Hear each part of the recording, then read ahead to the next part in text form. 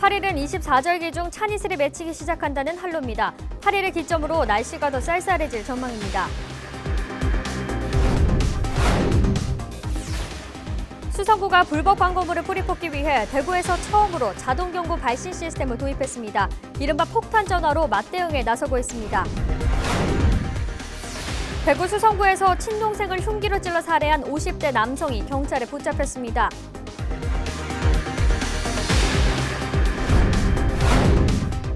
윤창호법에 이어 음주운전 단속 기준이 강화된 제2윤창호법이 시행된 지 석 달이 지났습니다. 우리 지역에서는 어떤 변화가 있었는지 짚어봅니다.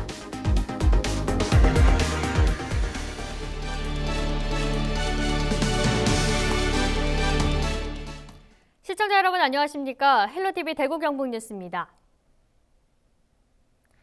8일은 24절기 중 찬이슬이 맺히기 시작한다는 한로입니다. 아침 저녁으론 제법 서늘한 바람이 불고 있는데요. 8일을 기점으로 더 쌀쌀해질 전망입니다. 일교차가 심한 날씨에 건강 유의하셔야겠습니다. 권수경 기자입니다. 제법 차가운 바람이 볼을 스칩니다. 시민들의 옷도 한층 두꺼워졌습니다. 찬이슬이 내려앉기 시작한다는 한로를 기점으로 더욱 날씨가 쌀쌀해질 전망입니다.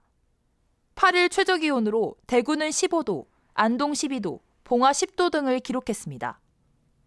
9일 아침 기온은 5도 이상 낮아져 경북 내륙 대부분이 10도 이하의 기온 분포를 보이겠습니다. 봉화 등 경북 북부 내륙은 최저기온 0도가 예상되며 경북 북동 산지는 영하권으로 춥겠습니다. 대구기상청은 한파특보가 발표될 가능성도 있다고 예보했습니다. 문경과 예천, 안동 등 경북 북부 내륙과 산지엔 서리도 예상됩니다. 우리나라 북서쪽에서 남하하는 차고 건조한 고기압에 의해서 내일 아침 기온이 큰 폭으로 떨어지겠습니다.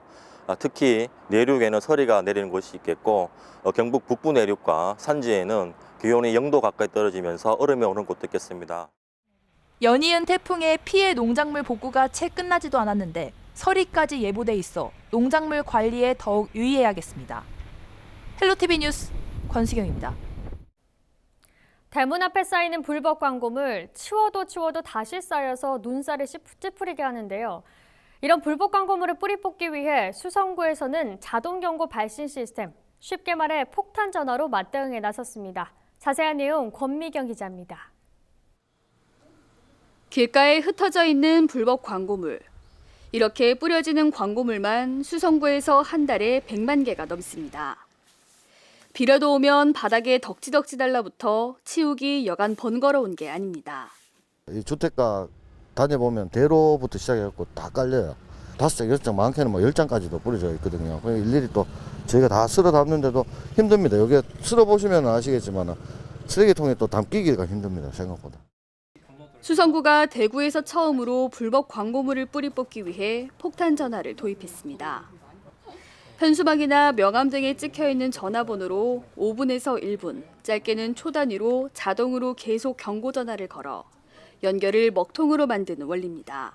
5개 광고물법을 위반한 광고물로 한 장당 25,000원의 과태료가 부과될 예정입니다. 불이익을 받지 않도록 협조하여 주시기 바랍니다.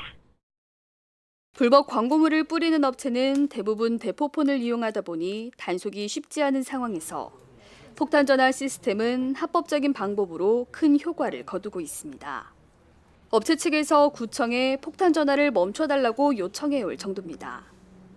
임시 번호를 사용한 대포폰이고 또 미등록 대법체에서 이렇게 무차별로 뿌리기 때문에 저희들이 어떻게 추적해서 행조를 취할 수 없는 그런 부분이 있기 때문에 앞으로도 이 시스템을 더 활용하고 더 보완해서 수성구는 폭탄 전화 시스템에다 불법 광고물을 모아오면 소정의 금액을 지급하는 수거 보상제도 함께 병행해 불법 광고물 단속을 더 강화해 나갈 예정입니다.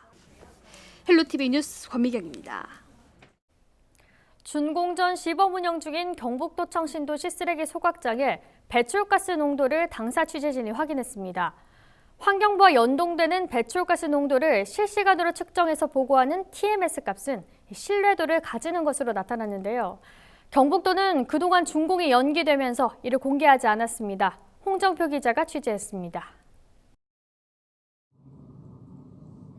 지난 7월부터 도내 8개 시군에서 반입한 소각용 쓰레기는 모두 17,856톤. 이 중 시험 가동 기간 동안 75%인 13,400톤을 소각했습니다. 하지만 경상북도는 3개월간 실제 쓰레기를 태우면서 시범 운행을 하고 있었으나 배출가스 농도는 공개하지 않았습니다. 취재진이 확인한 소각장의 배출가스 농도입니다. 10월 7일 저녁 10시 기준 염화수소는 0.34ppm, 황산화물은 2.53ppm, 일산화탄소는 4.33ppm입니다. 10월 7일 하루 평균치는 염화수소는 0.65ppm, 황산화물은 3.36ppm, 일산화탄소는 5.44ppm입니다. 모두 법적 기준치를 밑돌았습니다. 10월 1일부터 TMS가 정상 작동되고 있으며 법적 기준치의 5분의 1 수준으로 배출되고 있습니다.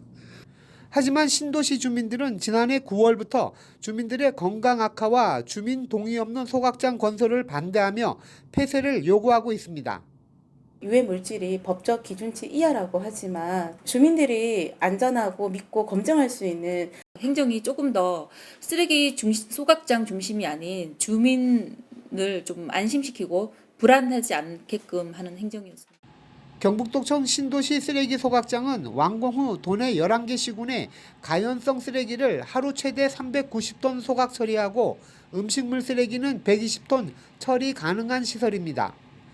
지난 2016년 착공해 당초 올 8월 말 준공 예정이었으나 지난 3월 작업자 추락 사망 사고와 설계 변경으로 오는 10월 하순 준공 예정입니다.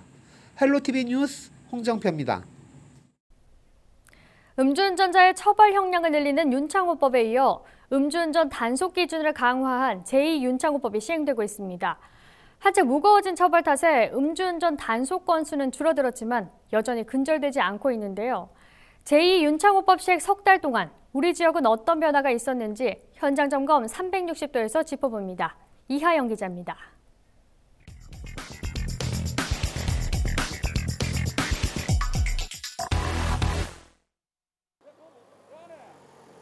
야간 음주 단속이 한창인 영천의 한 도로.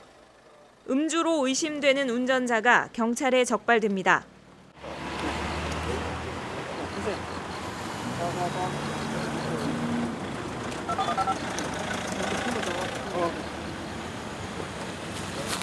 올라갑니다. 혹시 0.03에 미달되는 수치입니다. 혼방 수치입니다. 요거는 한참 못 미치지만 그래도 수치 나온다는 거는 그걸 드시고는 운행하시면 안 됩니다. 알겠죠? 맥주 3잔을 마셨다는 운전자는 결국 훈방 조치됐습니다. 저희 영천경찰서에서는 교통사고 예방을 위해 매주 야간 3회 주간은 수시로 음주운전 단속을 실시하고 있습니다. 음주 단속을 통한 음주운전 근절 분위기를 확산시켜 교통사고 예방에 기여토록 하겠습니다. 시민 여러분께서도 소주 한 잔이라도 드셨다면 운전은 절대 하지 말아야겠습니다. 지난해 12월 음주운전 사고에 대한 처벌을 강화한 특정 범죄 가중 처벌 등에 관한 법률 개정안, 이른바 윤창호법이 시행된 데 이어 지난 6월부터는 제2의 윤창호법으로 불리는 개정도로교통법이 시행되고 있습니다. 개정도로교통법에 따라 강화된 음주 단속 기준은 혈중 알코올 농도 0.03%입니다. 소주 한 잔, 맥주 한 병 정도만 마셔도 면허가 정지됩니다. 면허 취소 기준도 혈중 알코올 농도 0.1%에서 0.08%로 강화됐습니다. 지난 6월 25일부터 석 달 동안 대구 경북 지역의 음주운전 단속 현황을 살펴보니 3,025건이 적발됐습니다.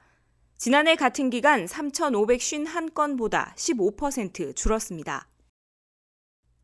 음주로 인한 교통사고는 지난해 604건에서 329건으로 46% 감소했습니다.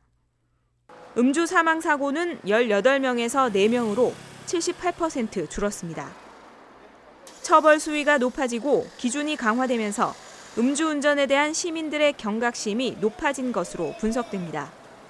법이 바뀌었잖아요. 윤창호법이라고. 그 나와가지고 약간 그런 거 경각심도 좀 생긴 것 같습니다. 그것들 때문에 이제 웬만하면 술을 한 잔도 안 하고 친구들끼리도 술을 한잔하면 대리를 불러 가라 그러든지 아니면 아예 애초부터 차를 안 갖고 나오든지 그런 식으로 저희 마시고 그렇게 헤어지고 있습니다. 경찰이 야간은 물론 주간에도 대대적인 단속에 나서는 등 음주운전에 대한 단속 활동을 강화한 것도 영향을 끼친 것으로 보입니다.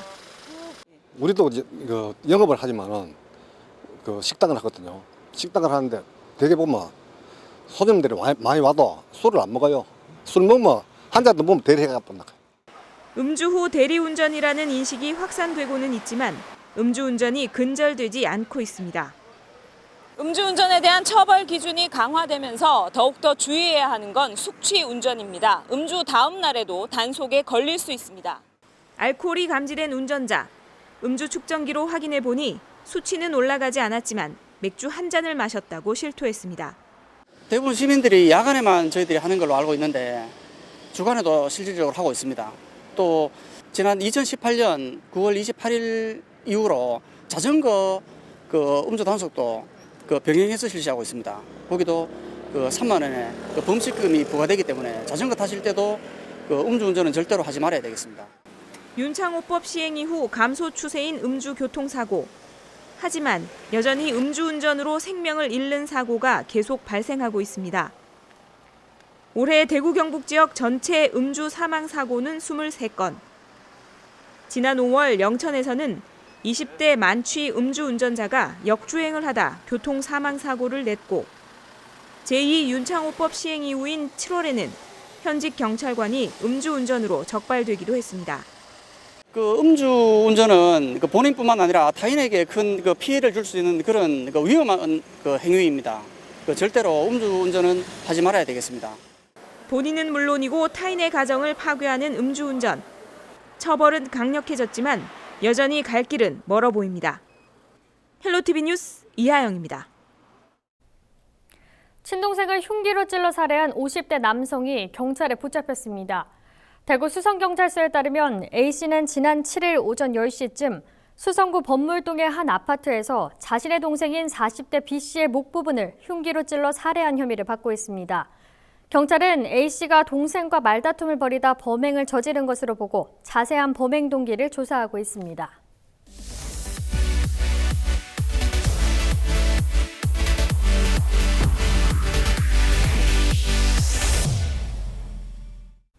제100회 전국체전이 막바지에 접어들고 있습니다. 지역에서 올라온 수천 명의 선수들이 각 분야에서 기량을 겨루고 있는데요. 전국체전 3위를 목표로 하고 있는 경북 지역의 상황은 어떨까요? 각 종목별로 구슬땀을 쏟고 있는 경북 선수들의 경기 상황을 전명주 기자가 전해드립니다.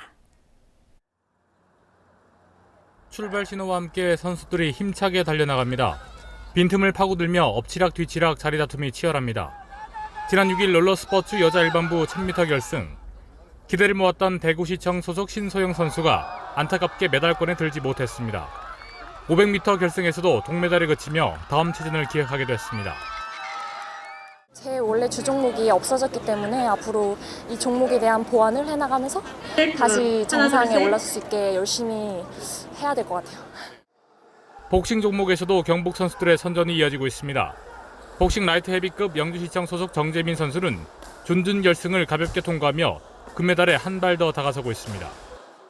몸 관리도 잘했고 운동도 열심히 했기 때문에 컨디션은 괜찮습니다. 나름 생각은 많이 하고 있어요. 생각은 많이 하고 있는데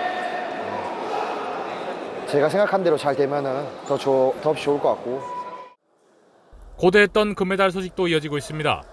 씨름 대학부 140kg 장사급 결승에서 경북의 박찬주 선수가 강원의 백원정 선수를 상대로 2대0의 완승을 거두면서 금메달을 획득했습니다. 원래부터 우승 아니면 안 된다는 생각으로 훈련에 임하고 시합에 출전한 겁니다. 많이 기쁘고 힘들고 이제 끝났다 생각됩니다. 경상북도는 8일 기준 금메달, 은메달 각 57개를 따내며 종합순위 4위를 이어가고 있습니다. 제100회 전국체전이 오는 10일 모든 경기 일정을 마무리하는 가운데 남은 기간 경북 선수들의 선전 여부에 관심이 쏠리고 있습니다. 헬로티비 뉴스 전명주입니다. 네, 전국체전에 출전한 대구 경북 지역 선수들의 훈련 모습, 또 체전에 임하는 각오를 만나보는 시간입니다. 오늘은 방금 이 금메달에 한 발짝 다가섰다는 소식을 전해드린 선수죠. 영주시청 소속 정재민 복신 선수 이야기 들어봅니다.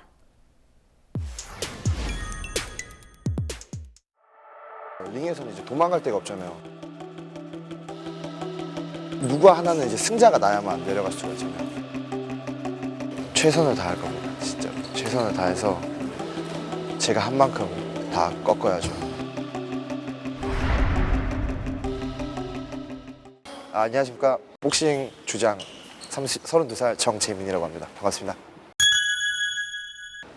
이게 에피소드가 좀 있어요. 중학교 때 저랑 제일 친한 친구가 있었어요. 근데 그 친구가 저보다 몸매도 되게 왜소하고 키도 작고 그런 친구였는데 복싱 감독님께서 이제 스카웃이라고 하죠. 이렇게 여러 친구들 이렇게 보다가 이 친구 좀 괜찮겠다 싶으면 스카웃을 제일 하셨단 말이에요. 저 말고 저랑 같이 있으면 제 친구를 스카웃을 해가는 거예요. 근데 되게 좀 자존심이 상했어요. 되게 어린 마음에. 그래서 나중에 이제 저도 눈에 띄어서 결국 다시 발탁이 됐죠. 이제 그게 첫 계기였던 것 같아요. 작년에는 제가 성적이 되게 좀 부실했어요. 되게 제가 시합 첫 판에서 예선에서 무너지는 바람에 좀 아쉬웠죠. 왜 졌다고 생각하세요? 예? 패배거든요. 제가 더 부족했던 것 같아요. 그런 말이 있잖아요. 패자는 말이 없다고. 중량을 좀 이제 빼기 버거워하는 상황이 좀 왔어요. 그래서 이제 체급 올려야 되는 상황인데 제가 생각하기로도 제가 81kg를 뛰어도 부담감을 느끼지 않겠다. 부딪혀볼만 하겠다 생각을 해서 저도 이제 감독님한테 가서 얘기를 드렸죠. 뭐 좋은 성적 내고 할 테니까 이렇게 체급을 이렇게 순차적으로 올라가는 게 좋을 것 같습니다.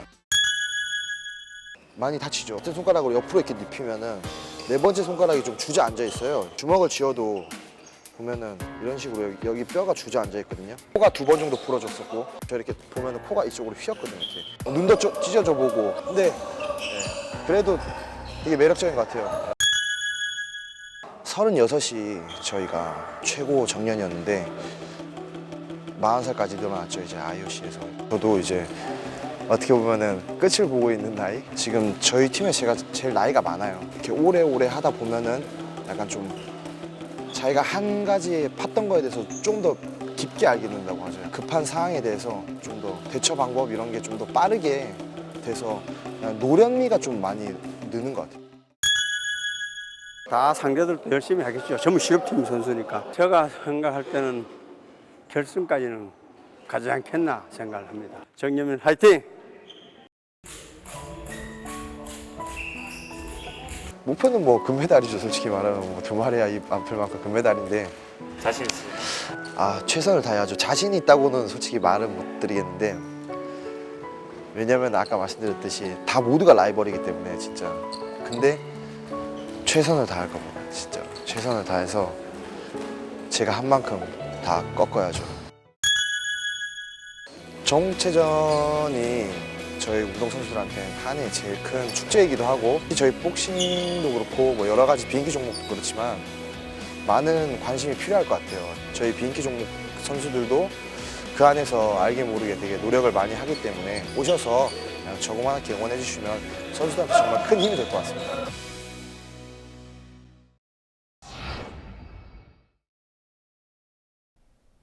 네, 올해는 꼭 노력한 만큼 좋은 성과 얻어서 지난해의 아쉬움까지 달랠 수 있기를 응원하겠습니다.